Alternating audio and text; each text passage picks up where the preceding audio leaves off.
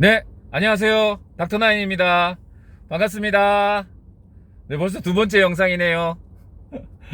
네, 저는 지금 대전 대덕구 신탄진에 가고 있고요. 지금은 저녁 6시입니다. 예. 조금 이따 7시에 제가 지난 4월 첫째 주에 낙찰받은 구축 아파트, 예. 해당 아파트 입주민 총회가 있어요. 그래가지고 거기에 참석하자 지금 부지런히 가고 있고요. 해당 아파트는 토지 별도 등기되어 있던 사실 특수물건이에요. 특수물건인데 제가 신권에 단독 낙찰을 받았습니다. 네, 단독 낙찰은 지금이 두 번째인데 역시 느낌이 좀 묘해요.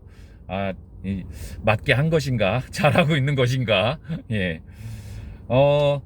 해당 물건은 실질적으로 토지 별도 등기가 되어 있었기 때문에 아마 신권에서 유찰이 되었을 거예요. 그런데 제가 신권에 낙찰받은 이유는 사실 한 달 전인가 동일한 평수에 제가 낙찰받은 건 남양인데요.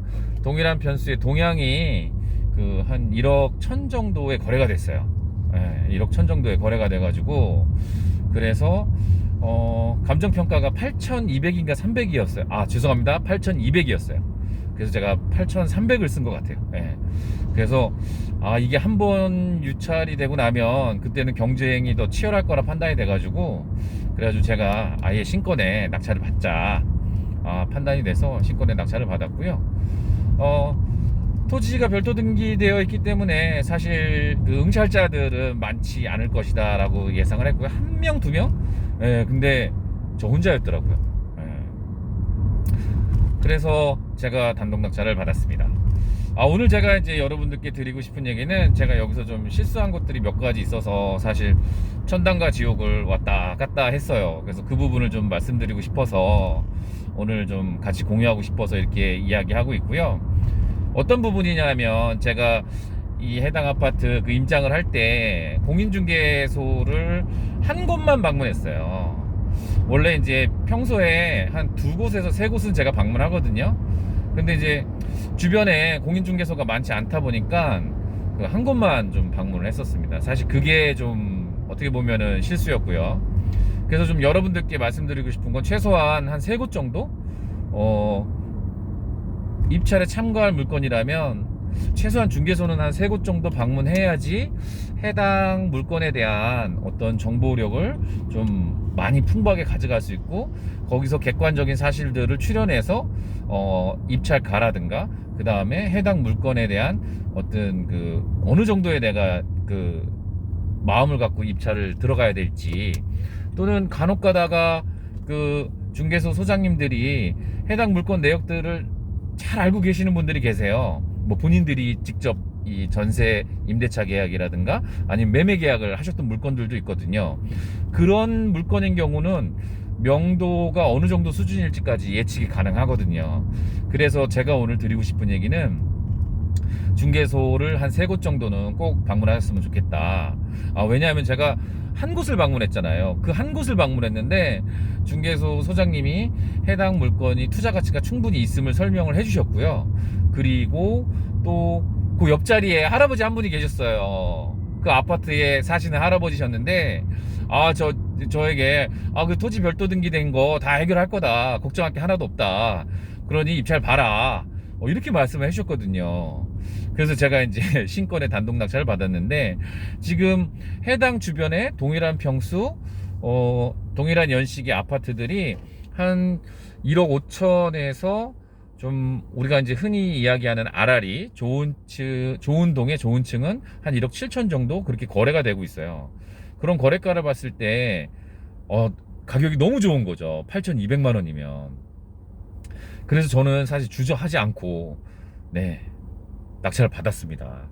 근데 낙찰 받고 나서 요거를 좀 이렇게 명도를 하고 인테리어를 하고 전세를 세팅하려고 이제서야 주변 부동산을 한 두 곳 정도 방문했는데 해당 부동산 소장님들께서 뭔 소리를 하고 있냐, 거기 토지 별도 등기는 없어지지 않는 거다. 그 땅 주인으로부터 건설사가 매입하지 못했기 때문에 그 토지 별도 등기를 해결하려면 그 땅 주인분은 지금 할아버지는 돌아가셨고 그 아들들에게 돈을 주고 근저당권을 해지해야 된다. 아, 네. 낙찰을 받았는데 땅값을 또 따로 내야 되는, 토지분을 내야 되는 이런 상황이 벌어진 거죠. 아, 정말 이거 네. 보증금을 포기해야 되나? 네. 아, 정말 심각했었습니다. 근데 이제 또 그 와중에 이 부분을 그 관리실의 입주자 대표님께 알아보면 좀 더 명확해지지 않을까? 그래서 관리실 입주자 대표님을 또 찾아갔어요. 찾아갔더니 입주자 대표님께서 자, 오늘 그 입주민 총회를 진행할 거고, 그동안 2년여 동안 이 토지 별도 등기가 문제가 돼서 해당 그 변호사와 법무사를 준비를 하고 2년간 소송을 해왔대요. 그래서 올 6월 달에 이 토지 별도 등기는 다 해결이 된다. 그러니 너무 염려치 마라. 네. 아울러 지금 해당 아파트가 그 집합 건물로 미등기가 된 상태예요. 그래서 네이버 부동산에 검색을 해보시면 해당 아파트가 나오지가 않습니다. 네. 그런데 그 부분도 토지 별도 등기와 집합 건물 미등기까지 다 해결이 된다고 하셨습니다. 그래서 오늘 입주민 총회를 하니 와서 이야기를 듣고 그 다음에 판단해도 좋겠다라고 말씀을 해주셔서 제가 지금 해당 아파트 입주민 총회에 가고 있습니다. 그래서 보통 저도 이제 한 2곳에서 3곳은 꼭 방문하는데 이번은 조금 제가 좀 자만했다고 해야 될까요? 아니면 게을렀다고 해야 될까요? 네, 어찌됐든 여러분께는 꼭 3곳 이상 방문하셨으면 좋겠다. 그리고 그동안 제 경험상 중개소 소장님들을 만나 뵈면 항상 팁을 얻었어요. 작년에 원주에 낙찰받은 아파트 같은 경우는 해당 아파트의 비밀번호를, 공실이었고요, 비밀번호를 소장님이 알고 계셨어요. 그 원래 소유주분과 워낙 친하셨기 때문에 소유주분이 이사 가시면서 비밀번호를 남겨주고 가신 거예요. 그래서 저는 그 해당 아파트의 내부 상황을 다 볼 수 있었고 제가 확실한 입찰가를 넣을 수 있었습니다. 왜냐하면 인테리어가 올수리가 된 집이었어요. 그래서 이건 확실히 먹어야겠다. 그래서 확실한 가격을 쓸 수 있었거든요. 해당 물건은 제 돈 한 푼도 들이지 않고 풀피로 전세 세팅을 했었습니다. 네, 지금 임차인분 아주 잘 살고 계시고요. 그리고 또